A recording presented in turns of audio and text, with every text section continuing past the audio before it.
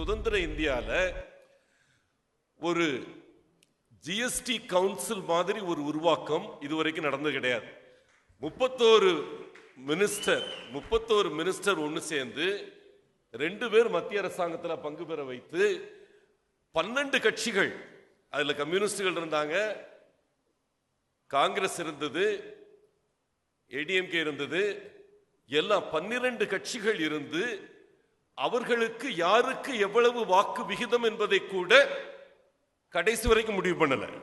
ஒரு பெரிய தவறான கருத்தை பதிவு பண்றாங்க. இது மத்திய அரசாங்கத்துக்கு வீட்டோ இருந்தது, 33% அதுல அதிகாரம் மத்திய அரசாங்கத்துக்கு, மிச்சம் இருக்கிற 67% 31 மாநில 29 மாநிலங்கள் லெஜிஸ்லேச்சர் இருக்கிற யூனியன் டெரிட்டரிஸ் 2, இந்த 31 பேருக்கும் பகிர்ந்தளித்தார்கள் என்பது ஒரு மிக தவறான கருத்து. அதனாலதான் 18 கவுன்சில் மீட்டிங் நடந்தும் எந்த ஒரு முடிவும் வாக்களிப்பால் தீர்மானிக்கப்படவில்லை. அதில் இருக்கிற ஒரு மிசோரம் கூட ஒரு தீர்மானத்தை தடுக்க முடியும். இந்த இதுல 8வது மீட்டிங் எனக்கு நல்லா ஞாபகம் இருக்கு.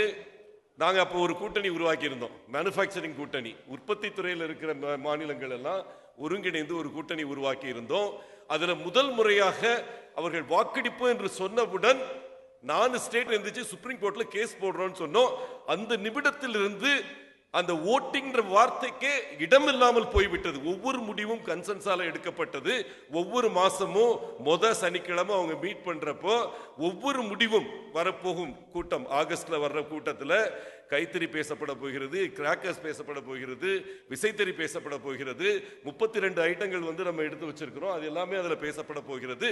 வரி விதிப்பில் இது ஒரு புரட்சி என்று நான் நினைப்பதற்கு காரணம் என்னன்னா, நீங்களும் கேட்டீங்க ஏடிஎம்கே எதிர்த்தது, இப்போ ஏடிஎம்கே ஒத்துக்குது அப்படின்னு சொன்னீங்கன்னா, இந்த ஜிஎஸ்டி கவுன்சில் இதனுடைய முக்கியத்துவத்தை உணர்ந்த முதலமைச்சர் புரட்சி தலைவி அம்மா அவர்கள்.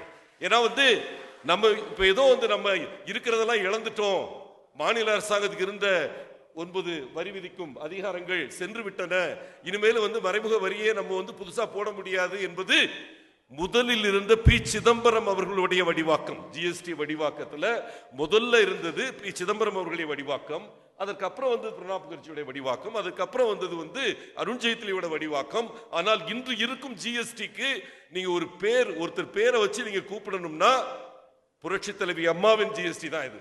இது நான் உறுதியா சொல்லுவேன், அடிச்சு சொல்லுவேன். அருண்ஜேட்லி கடைசி பிரஸ் மீட்ல சொல்லி இருக்கிறாரு. 2 சந்தேகம். ஒன்னு, ஜிஎஸ்டி கவுன்சிலுக்கு வீட்டோ உரிமை உண்டா? கவுன்சில் மெம்பர்களுக்கு மெம்பர் ஒருத்தர் யாராவது டிசன்ட் நோட் கொடுத்தாருன்னா அது நிறைவேறாதா? ஒன்று. மத்திய அரசுக்கு தொடர்பே இல்லை என்று சொன்னால் ஜிஎஸ்டி ஏன் பாராளுமன்றத்தில் நிறைவேற்றப்பட்டது? ஏன் ராஜ்யசபாவில் கொண்டுப்பட்டது? புரிந்து கொள்ள வேண்டிய ஒரு கேள்வி. பாராளுமன்றத்தில் ராஜ்யசபாலையும் லோக்சபாலையும் நிறைவேற்றப்பட்டது 101வது அரசியல் சாசன சட்ட அமெண்ட்மெண்ட். அது இதுவரைக்கும் இந்திய அரசியல் சாசனம் 100க்கும் மேற்பட்ட தடவை மாற்றி அமைக்கப்பட்டிருக்கிறது.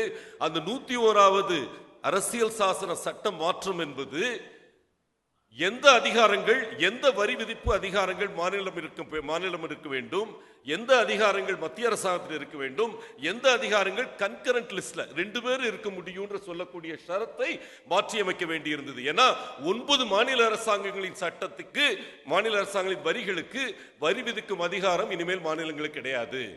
மத்திய அரசாங்கத்தின் 8 வரிகளுக்கு எக்ஸைஸ் உட்பட, எக்ஸைஸ் அவங்களுக்கு கேஷ் கவுங்க, எக்ஸைஸ் உட்பட அந்த அதிகாரங்கள் மத்திய அரசாங்கத்திற்கு கிடையாது.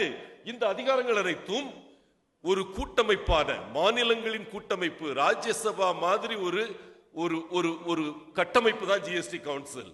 அதுல மதிப்பை பலரும் புரிஞ்சுக்கிறது கிடையாது. அந்த இடத்துல உட்கார்ற 31 பேரும் சட்டம் இயற்றுபவர்கள்.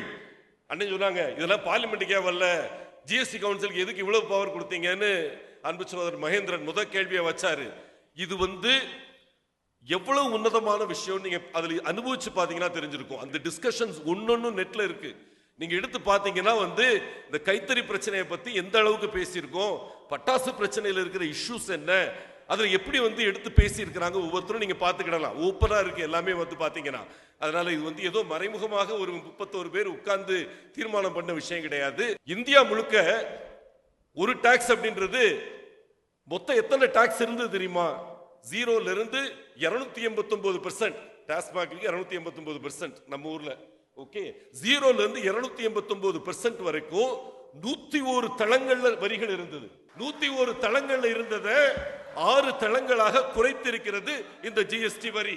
எந்த மாநிலத்திலும் செக் போஸ்ட் கிடையாது. 325 செக் போஸ்ட் வந்து எடுக்கப்பட்டு விட்டன. லாரி ஓட்டுறவங்களுக்கு நீங்க கேட்டு பாருங்க, ஊழலின் ஊற்றுக்கண்ணாக இருந்தது செக் போஸ்ட்.